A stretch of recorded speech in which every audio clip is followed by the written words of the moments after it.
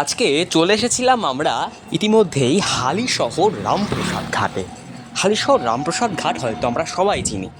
প্রাচীনকালে এই হালিশহর নাম ছিল কুমারহট্ট গ্রাম।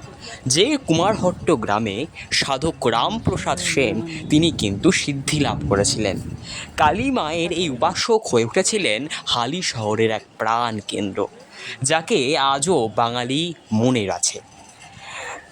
প্রাচীনকালের সিদ্ধি সাধকদের মধ্যে একজন ছিলেন রামপ্রসাদ সেন, আর সেই রামপ্রসাদ সেনের নামানুযায়ী এই ঘাটের নাম হয়েছিল রামপ্রসাদ ঘাট। যে রামপ্রসাদ ঘাটে আজও অসংখ্য মানুষ স্নান করতে আসেন এবং প্রাচীনকালের ঐতিহ্য এখনও বর্তমান আছে এই রামপ্রসাদ ঘাটে।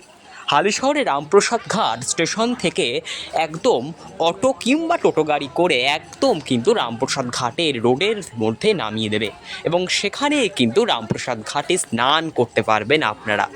অসংখ্য সিঁড়ির পরে রামপ্রসাদ ঘাটের মধ্যে গিয়ে এক চির শান্তি আপনারা উপভোগ করতে পারবেন।